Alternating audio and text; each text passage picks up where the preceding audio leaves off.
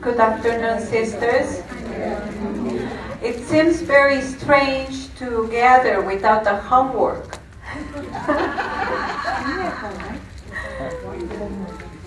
Well, we were supposed to read the prophet Zechariah, but that was last week's homeworks. So I hope we all remember. We will remember anyway, little by little. But I think it's a very appropriate prophet together with Joel for the context in which we are living, because it's a kind of apocalyptic.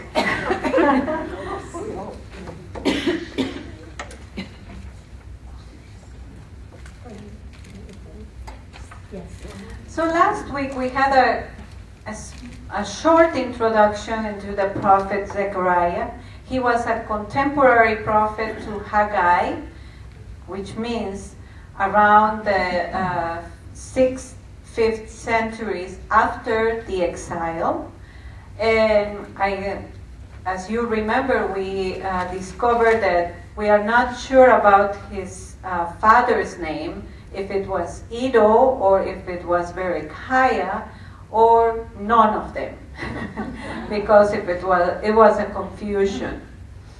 So the main topic that we will find in the prophet Zechariah is the call to conversion in the first and second Zechariah. And so why do I speak about the first and second Zechariah? Because the first 8 chapters probably reflect most of the oracles of the historical prophet. But from chapter 9 to chapter 14 are oracles collected from a time, probably from the 4th century and 3rd century before Christ, the period of the Greek conquest or the Greek colonization. There are some vocabulary, some images, some metaphors that we are going to find in this second part of Zechariah that gives an indication that it's a very, very late part of the text.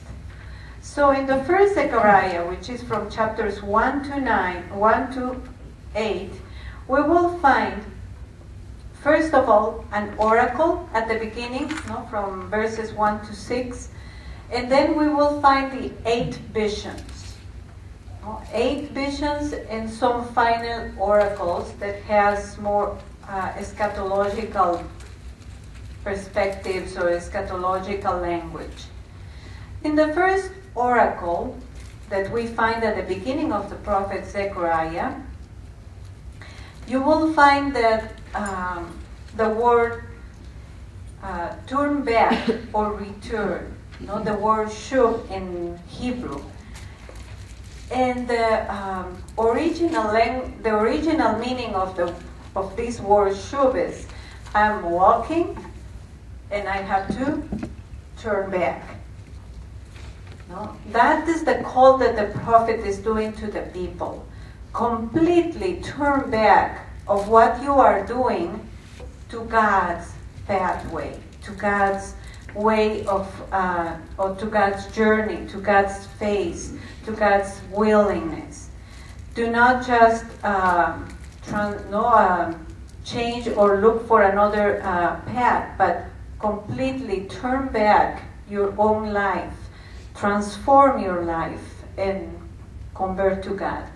Later on, when the Bible is translated, with the Old Testament is translated into Greek, the word that will be used is metanoia, the Greek word metanoia. Why is the prophet calling for conversion or transformation? Because even though the exile has been over, the people has been freed and they are going back to their land, going back to their own properties, they are restoring their houses. Even though they are living in a new time, there is no peace and there is injustice. There is still this huge distance between the poor and the rich. And so the prophet is seeing that this is not what it was meant to be. No, Isaiah was promising that when we will return to our land, when the exile is over, everything will be fine. But why is that we are not living the promise?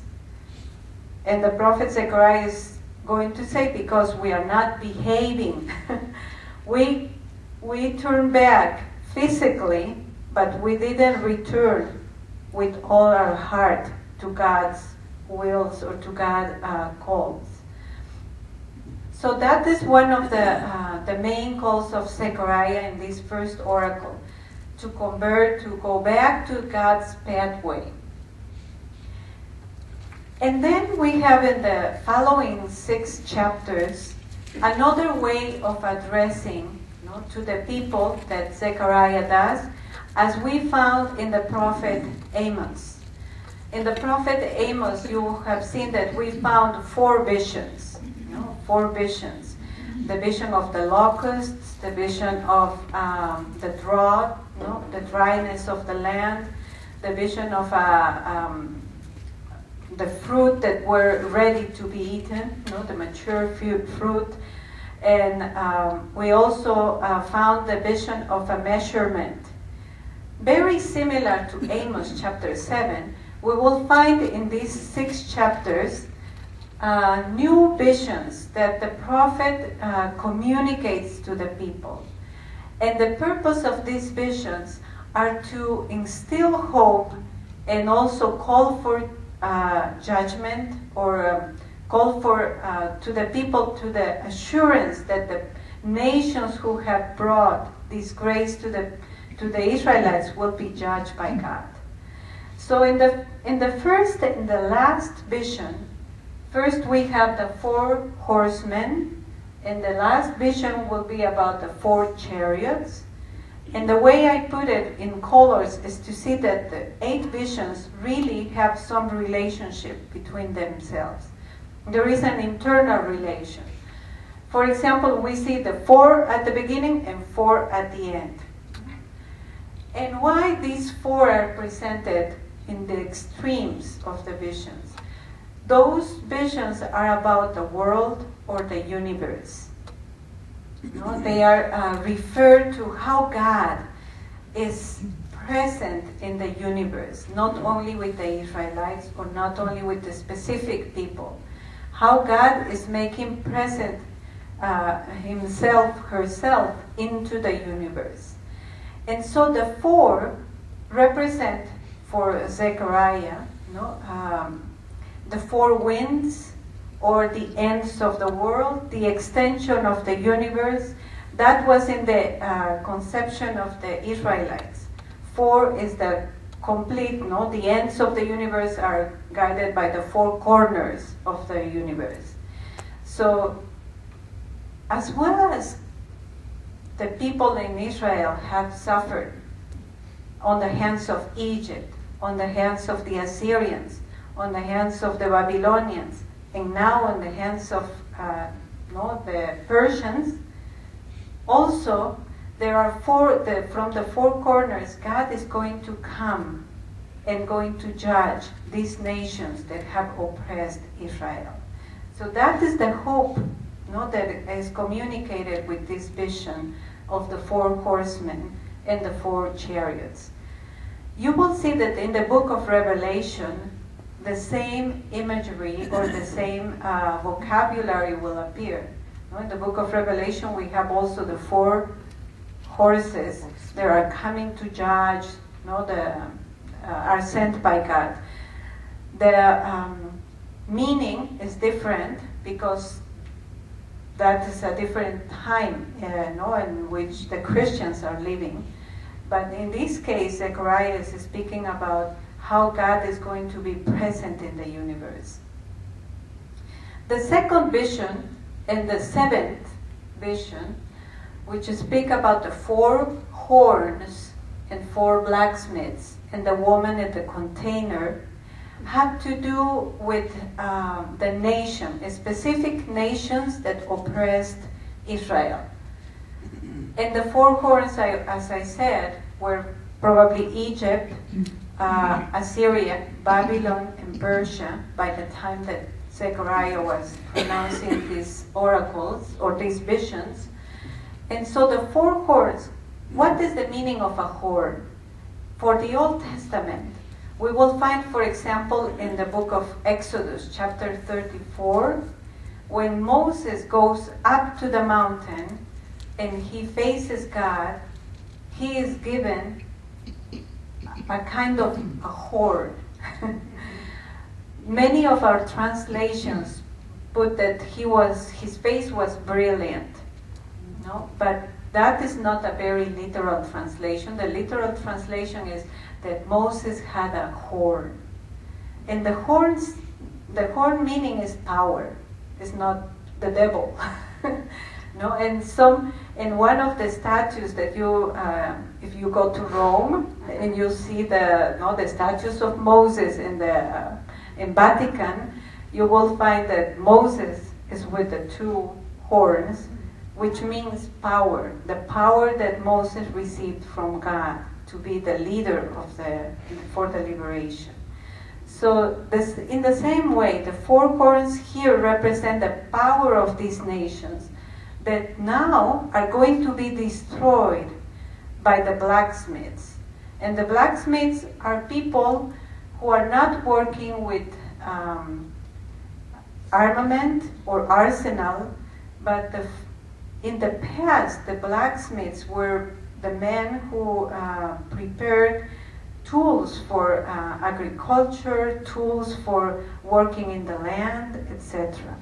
And so the meaning of the vision is that the war will be over, and now the people are going to invest in agricultural activities, and so this is a more productive time that is going to come. Again, this is a vision that communicates hope to the Israelites. And the woman in the container, this is a very patriarchal picture of Babylon. Babylon is represented in the image of a woman.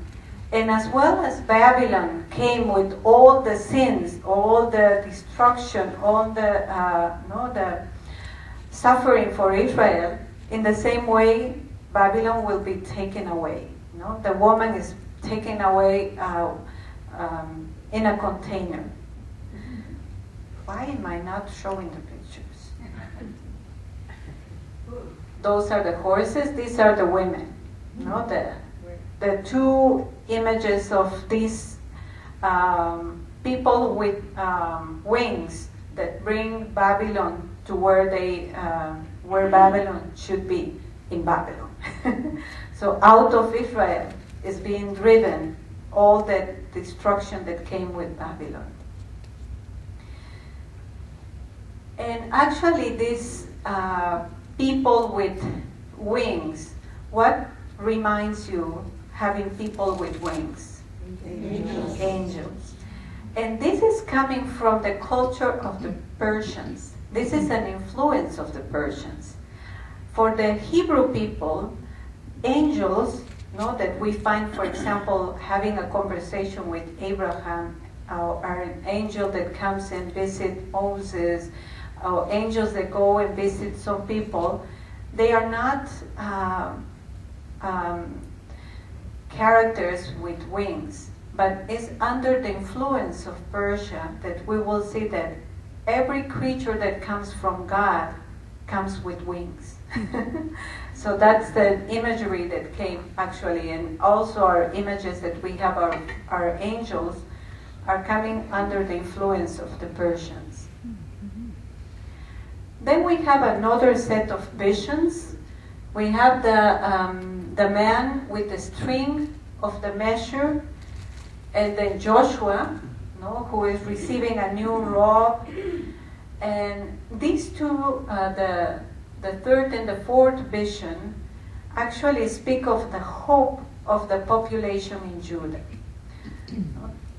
In the extremes, we have seen how God performs with the universe, then how God performs with the nations that have oppressed Judah, and now God how God is present with the population or with the city of Jerusalem or with the Israelites. So we see a relationship between the vision of Amos, that was a vision of judgment, when God presents a measurement for Jerusalem, is because God has seen that this city has become a very sinful city. In this case, God is coming back with a measurement to restore the city, to rebuild the city. And so that's a message of hope that Zechariah is communicating. And also in the vision of the priest Joshua, with all the vestment of a poor person that was very not clean, etc., and his vestment is changed into a special priestly indumentary. So that also reminds the people of the new time that is coming, when all the old clothing is going to be changed into a new clothing, into a new vestment, into a new robe.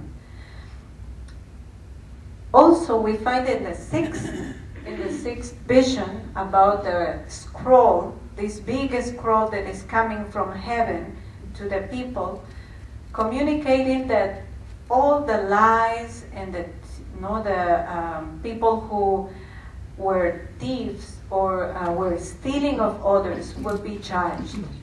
The scroll of God means, or the word of God means a judgment for those who are not doing the will of God. So that's the meaning of this other vision that is presented by Zechariah. And finally, at the center of all these visions, at the center we have the golden lampstand, the 7 lamps, and the 2 olive trees. And if you look for a good set of literature on Zechariah, you will find countless of books that have been written about this vision. And what Zechariah was supposed to see in this image. Some of the reliable interpretations of this vision of Zechariah speak about Zerubbabel being one of the olive trees, and the priest Joshua being the other olive tree.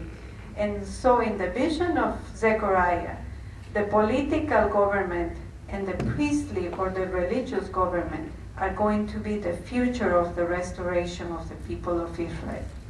So under the authority of the priest and under the authority of a governor, the new Israelites or the new Jerusalem will be founded. And the lampstand, the golden menorah that we find, it's an image of the temple. It's one of the main components of the temple.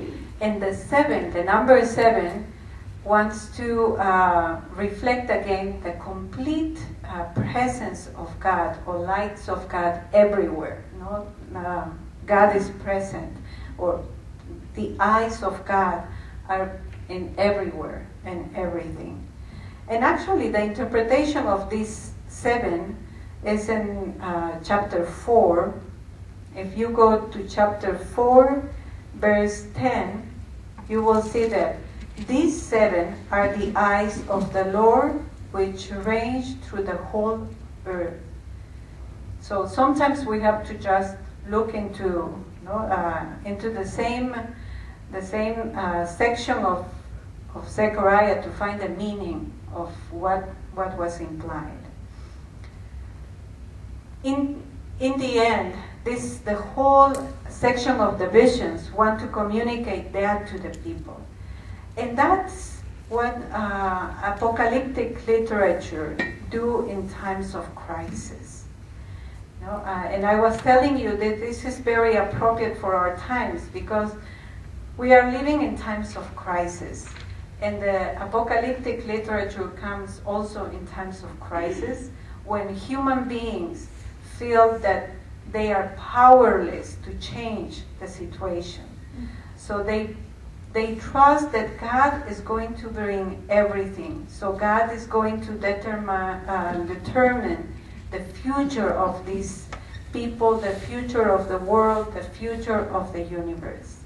And God has control of everything because human beings cannot do it anymore. And also this dualistic perspective, that restoration means the victory of the Israelites and the punishment of those who are evil. If we put it in our own terms, we will speak about the victory of those who do the will of God, and those who are not doing the will of God, they will perish or they will be condemned. As you can hear, most of the apocalyptic perspective has come into our Christian tradition as well. And we many times think in those terms. We think that we have no control and no power of no way to change the situation. So better to trust that in the afterlife, we will live in a better world and where President Trump will not be president. That comes when there is a powerless sense of what we can do with our reality. So in the middle of these visions, we have another material that is presented, and we have some oracles of exhortation of Zechariah. He is calling to the people to leave Babylon. Most of the people who are listening the oracles already left Babylon. They are living in Jerusalem. But the prophet is telling them, you left physically Babylon, but you are thinking like Babylon. You are thinking in terms of conquering, in terms of violence, in terms of domination. So you have not left Babylon. And that is the call of the prophet. Leave Babylon, and what it means to think in terms of Babylon, or not the values, because those were not values, the ideologies of Babylon. And at the same time, he invites to live in joy. And some of the words of Zephaniah are taken in chapter 2 verses, at the end of chapter 2. But from Zephaniah chapter 3, rejoice, daughter of Zion, rejoice in the Lord. Then we have another oracle that is not part of the visions, but is in the middle of the visions. And then we have here the promise to Zerubbabel. The promise that God is going to restore the government or the peace in Jerusalem through the government of Zerubbabel, who was a descendant of David. And the same thing will be in the oracle related to the crown, because he's convinced, as Haggai, that Zerubbabel, or the Davidic dynasty, has to continue even though the monarchy is over. We have to have some kind of branch or some kind of connection between what was the monarchy before and what is our reality now. So also in this last oracle, the idea is that the new branch is going to be connected to the temple as David was connected to the temple, and restore the temple and restore the two powers, the religious and the political power. So that was the first Zechariah. The second Zechariah lives more in the period of the Greeks, the Greek conquest. What do we remember of the Greeks?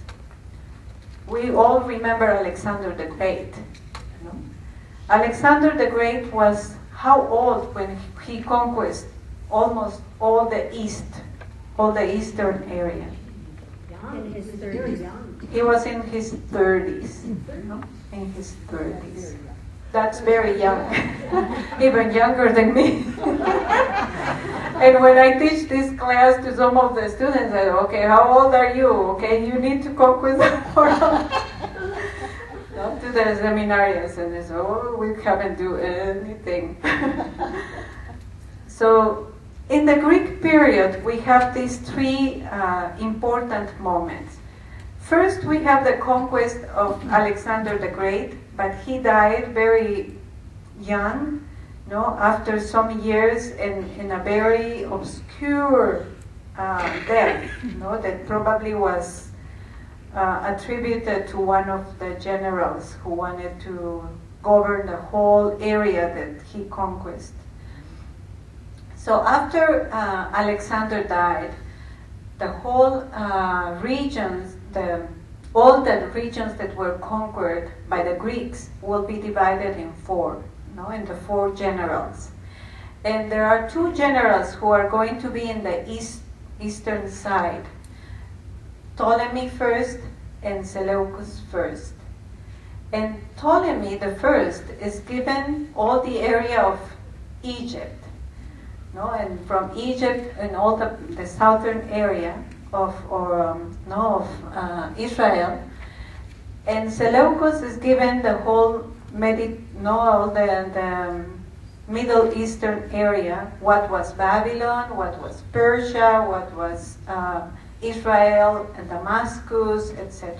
All that area was in the hands of Seleucus.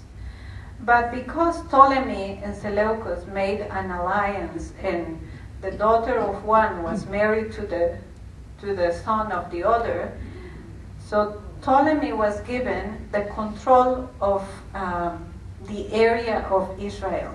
So this area actually was Seleucid territory, but it was controlled by the Ptolemies.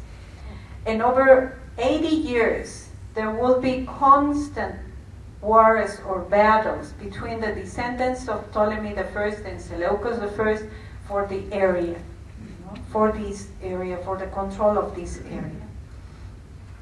And who were in the middle? The Israelites.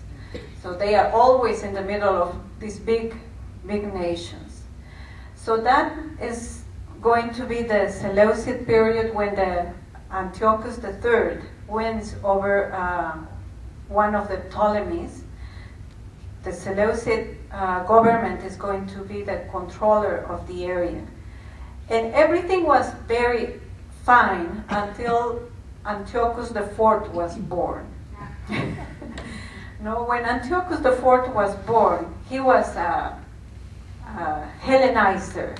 He wanted to put in all the sacred places an image of Zeus, the god Zeus, because he wanted to be popular among the Greeks. And so he called the high priest of Jerusalem and said, we are going to put to dedicate the temple of Jerusalem in the name of Zeus. What did the high priest say? No way. And so that started a period of martyrdom, because Antiochus IV will take out the priesthood of the temple of Jerusalem, and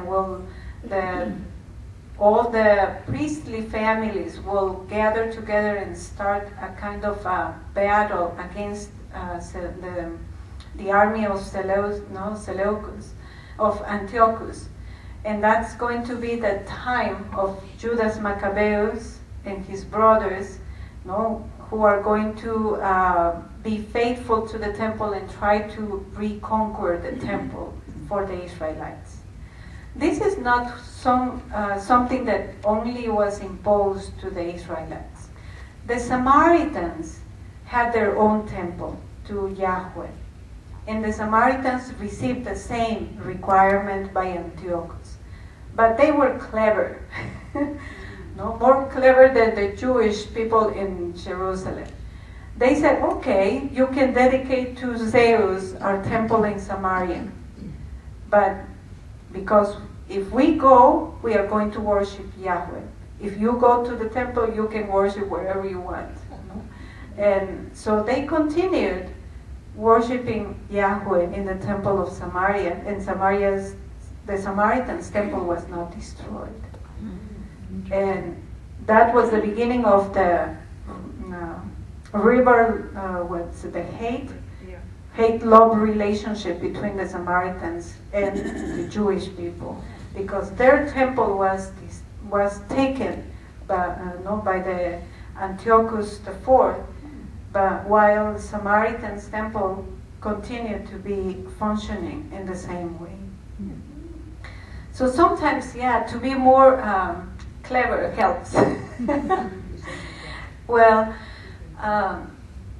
so that is the period of the Greeks, and that is the period that we will find in the oracles or the messages that we will see in the second book of Zechariah. These are not oracles from the historical prophet.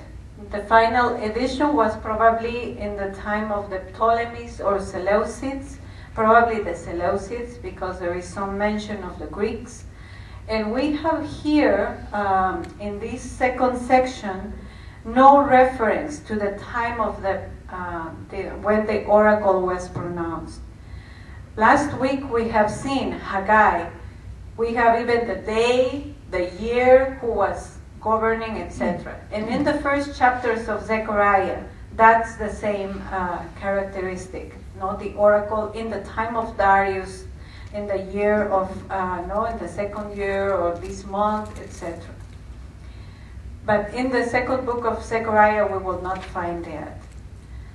We have also more closer language to the apocalyptic literature. We find the conflict between good and evil, and also some kind of reference to the transformation of the cosmos and the history. The former prophets, they were always addressing to the history, to the historical times, to the reality, to the current reality. From Zechariah, in Joel, in Malachi, and also in the prophet Daniel, we will see that these prophets speak about the cosmos, of the universe, of the end of the times, in terms of the end of everything. And so the notions of the ends of time are not related to the history of human beings, but to the whole creation. What is the content of this second part? We have also the promise of a future to the people of Israel. And the promise, the first promise that we find is that the judgment will be established to those who are oppressing Israel. And then we will find a reference of a new king and his new kingdom. And how is this new king?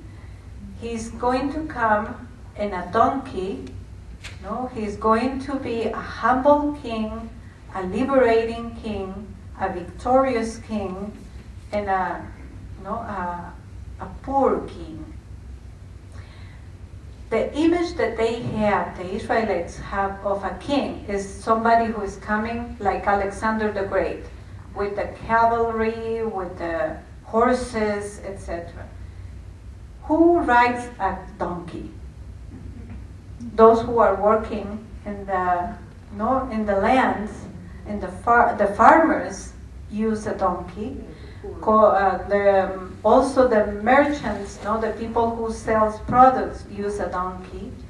So the promise is that the new kingdom, or the new kingdom of God, is going to come with the poor nations, with those who are not doing war, but those who are doing productive activities, those who are righteous, who are legitimate, those who are not conquering lands by force or taking the lands by violence, but those who are working the land. So this is a very, very powerful image presented to the Israelites. Why? Because they were never a very strong nation. They were never a very big monarchy. They were never an empire. They were always the very smallest of all the kingdoms in the Near Eastern area. And so again, this is a promise to those who were oppressed. And when we read these lines, for example, with people who are in the indigenous communities in South America, this is a very powerful image for them. Because donkeys are the daily life animals, domestic animals for them, and they are precious to them. And to say that a people like them who ride a donkey is going to be the image of the kingdom of God, that's very powerful. And it's an image that doesn't work for us who are going with airplanes, trains, and cars, etc. And I have to remind myself, because now I have my driver's license. So this is a very powerful image for these humble, the humble people, or the people who are more connected with nature. There is a second set of oracles that speak about the punishment of the nations and the return of the dispersed. Since the time of the exile, the people who were living in Judah, they started to go abroad. And so the hope of the priests, the hope of the prophets, the hope of the elderly was to gather everybody who were members of the family, members of our nation, again in the same land. So this hope that the dispersed people living in Babylon, living in Egypt, living in the Western nations will come back to Judah, that was pretty much in the heart of everybody. And so some of the words of the prophet Zechariah will say, that is going to happen. The end of the days will be the days in which you will see all of your family. And that is very important also for people who are from a collective culture. Because we keep most of our families, we try to keep most of our families together. We keep building and building and building in the house so that the sons, the grandsons, the great-grandsons will live in the same area with their wives and their children, grandchildren, etc. That's pretty much the culture of Israel as well. They want everybody there. For a Western mentality, that's very strange. Why don't they have their own houses? It's more comfortable to live, in their own areas. They have their privacy. This is a different mindset. And so the dispersion is also speaking about the culture that is behind the prophet. And then we have a very long section, even from beyond chapter 11. We will have this whole section about shepherds and sheep, and good shepherds and bad shepherds, and how the sheep are dispersed and not thinking for themselves. They just go wherever is the shepherd leading them. And so the judgment here is presented to the bad shepherds, or the bad leaders, who were leaders from the other nations that were leading astray the sheep. They were taking the sheep into other ideologies, into other views, into other perspectives. And so the prophet is receiving the call to be the shepherd that comes from God, that is going to gather the sheep and make them return to God's place. So there are some oracles that speak of all these good and bad shepherds. And in the middle, there is also this discourse of the prophets, or the end of the prophecy. After Zechariah, after Malachi, do you see another prophet in your Bible after Malachi? No. What happened? There were no more prophets? Why don't we have prophets just before Christ that are also included in the Bible? What happened with prophecy? No, we find some prophets, for example, John the Baptist is called a prophet, Hannah is called a prophetess, no? And also we find some promise in the book of Acts that there will be prophets, but we don't have more books of prophets.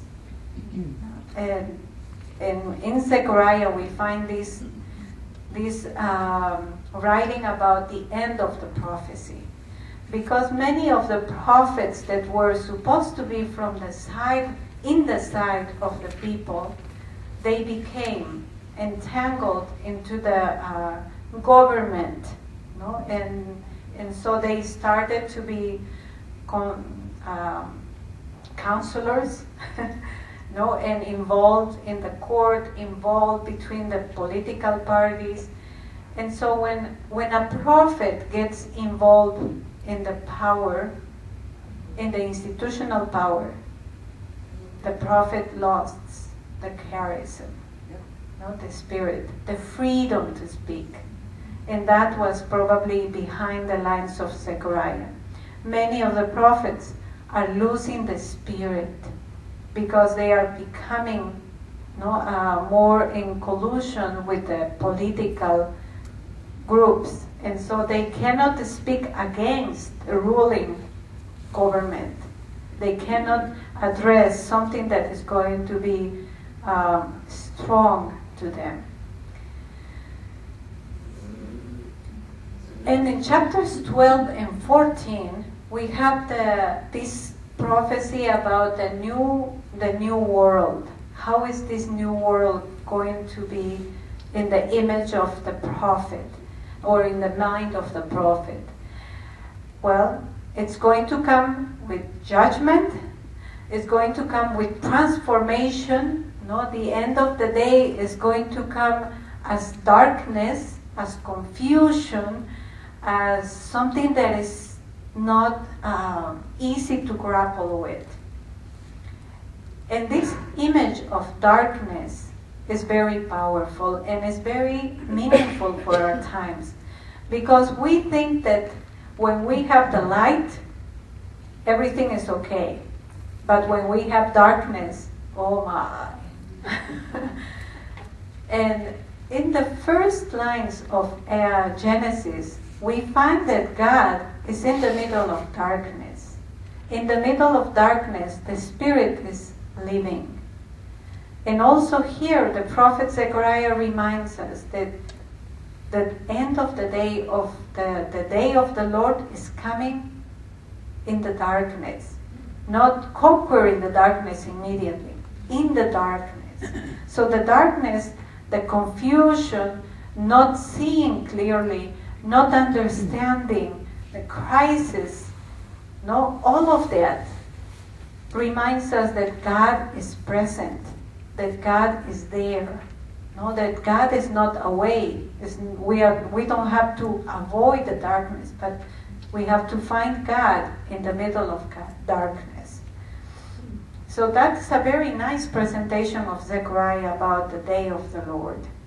And after that, he will speak about how nature itself is going to present that God is acting, or God is in the history. And also, we will find here the emphasis on the reconstruction of the temple, the rebuilding of the temple, the beginning of the pilgrimages. All the nations are going to bring their treasures, their wealth to the temple. And the temple is going to be the center of God's presence again. So there is a kind of influence of Ezekiel, because that's something that we also find in Ezekiel. And the restoration of the Lord's Day do not only involve the temple, but involves all nature as well. If the language is too limiting to a building or to a place, we can apply today the words of Zechariah for the rebuilding of our temple, our world. Rebuilding, or the new day, the day of the Lord is going to come as a renewal of our home, a renewal of our sanctuary. And our sanctuary is the world, is everywhere. So that was Zechariah. And some of the language that we find in Zechariah really speak to the people in the terms of the people in the 5th century, in the 4th century, and in the 3rd century.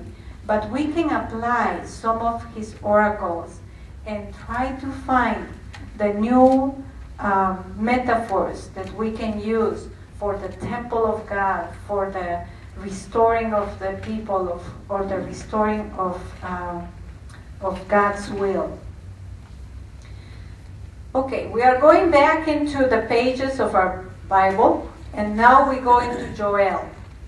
If you have your Bibles, Joel is probably the second book that you will find. And why are we studying at the end and not at the beginning? I explained in the first class, right? That the logic of those who put together the Old Testament was to have one prophet from Israel, another from Judah, another from Israel, another from Judah. So this is why Joel is, or because his oracles are addressed to Judah, he's in the second place. So what it means, Joel? The name Joel means Yahweh is God. If we divide Yah, El, Yo, El. El is the name of God, and Yah means also Yahweh. Yahweh is God. We don't know anything about the historical prophet, but the only detail that we find in the first verse is that he is the son of Bethuel. Who was Bethuel? Only God knows. Well, there is no inscriptions about Bethuel, so we have no idea who was this man. But what we find in the oracles of Joel, that this prophet lived in the post-exilic period. The text itself is one of the most difficult, and some of your Bibles probably have two different presentations of the chapters. Some Bibles have 3 chapters, some other Bibles have 4 chapters. And the book is different in Greek and is different in Hebrew in the separation. Not different in the content, but in the separation of chapters. And that's why we have this confusion. So it was written after the Babylonian exile, and what we find in the lines of the oracles is that the prophet is addressing or is speaking to people who have lost everything. And those who have lost everything are those who went to exile. He is addressing to those who lost their property, lost their children, lost their titles, lost their land, and so now they are trying to get it back, but restoring everything is not easy. Also, we find the images of a king, but the king is not similar to a king that was in the monarchical period, but this new king has new characteristics. He's like a priest, or he's like one of the elders, one of the wise men in the community. We will find in this book of Joel allusions or quotations. The whole book contains a lot of quotations of past prophets. And so if you speak about plagiarism, he was the one who invented plagiarism. No? And he will not say, as the prophet Ezekiel say, or as the prophet Isaiah. No, he will just pronounce the words of the prophets. And many of the oracles refer to all these prophets that we had in the past. The other characteristic is that Joel does not accuse the people of any sin. No, in all these oracles, he's not speaking to them about their own sins, their own conversion, but he's speaking in terms of what is happening and what we must do, without addressing the ethical actions or the ethics of the people. So in the first part of the book, we will find catastrophe. No, in the first chapter, we find this reference to locusts. And when I say locusts, what comes to our mind? Bugs, yes. But the experience in Egypt, the plagues of locusts. In Egypt, the 8th plague that was presented to the Egyptians was the plague of locusts. And so that is a way of reminding the people of what happened in the past with those who were oppressors, with those who were evil, with those who were not letting the people go away, and how God was present there. So now he's speaking about this plague that is making the people of Israel, or the Judahites, suffer. And what is more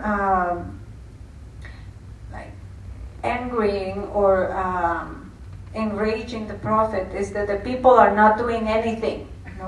You are leaving all this plague again, or this suffering, oppression, and you are not doing anything.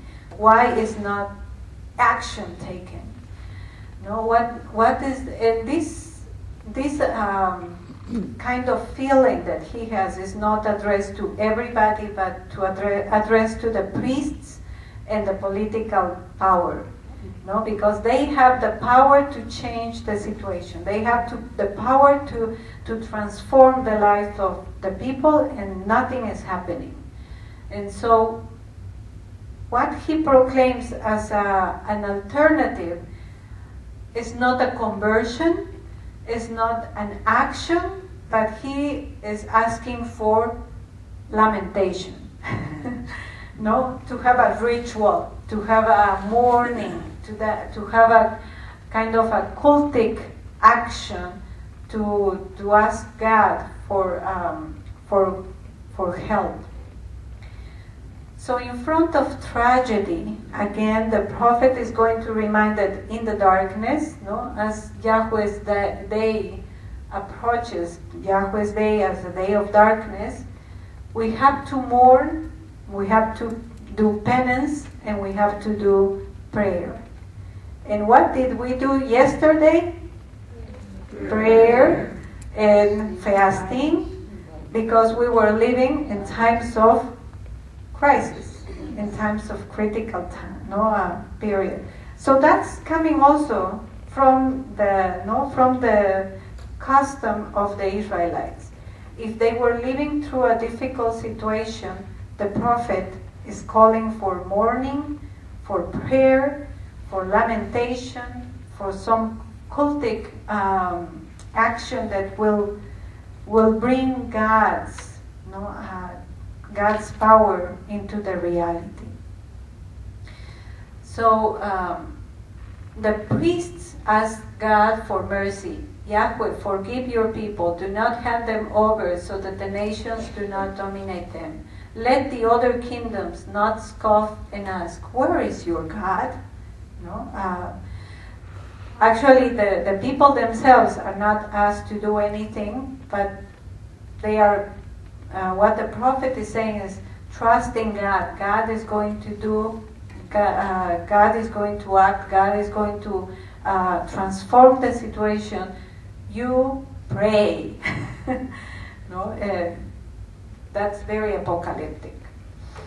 In chapters 3 and 4, we will find another topic that is very apocalyptic, the day of the Lord. And in chapter 3 especially, we have this sending of the Spirit, the new age as the age where the Spirit is outpouring. And this is not something new, this is not something that the prophet invented. If we go to the book of Numbers, Numbers chapter 11, you will find that Moses, when he was going through a difficult time with the Israelites in the desert, he gathered 70 people. And so the Spirit came over these 70, and they started, they were filled with the Spirit, and they started to prophesy. So in the past, Joel is saying, as in the past the Spirit came over these 70 elders, now the Spirit is going to come to all men, women, older people, younger people, women and men, free and slave, etc., all of them, and all of them are going to prophesy. So if Zechariah is saying the end of prophecy is near, or the end of prophecy is already here, Joel is saying, yes, because everybody is going to prophesy. Everybody is going to receive the Spirit. So it's kind of another alternative. And the same idea of this outpouring of the Spirit is taken afterwards by the Christians, in the time of Christianity, in the discourse of Peter during Pentecost. In Acts chapter 2, you will see the quotation of Peter to the prophet Joel as saying, today this is happening. Today we are seeing, or you are seeing with your own eyes, the outpouring of the Spirit, because you are seeing now all these people prophesying.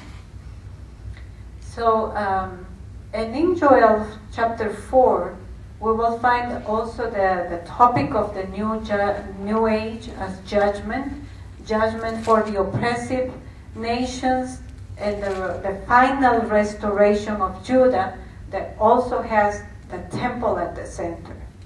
So in these prophets from Haggai, Zechariah, Joel, and also Malachi, we will see that the main topic of the restoration is the temple. Because if we have the temple, God is present, God is here. Because that is where God brings salvation. And for Jesus to say that is a person, God is, the new temple now is a person, that is very revolutionary. That's why he was not very well accepted, and he had to do some very symbolic actions in the temple in order that they will understand God is not limited to a building. God is alive in everybody, and especially in the Son of God. So that is Joel, and as I said, Joel will be also present in the New Testament. In one of the I think it's Romans chapter 10, we will find another quotation of the prophet Joel about the outpouring of the Spirit by Paul. And he's also reminded that now the Spirit has been outpoured, and now you are seeing all these signs. You are seeing this new era. You are seeing the Greeks to speak and adore and worship Jesus as the Son of God. That is a sign of the outpouring of the Spirit. Okay, I cannot imagine that I did that 2 prophets in 1 hour.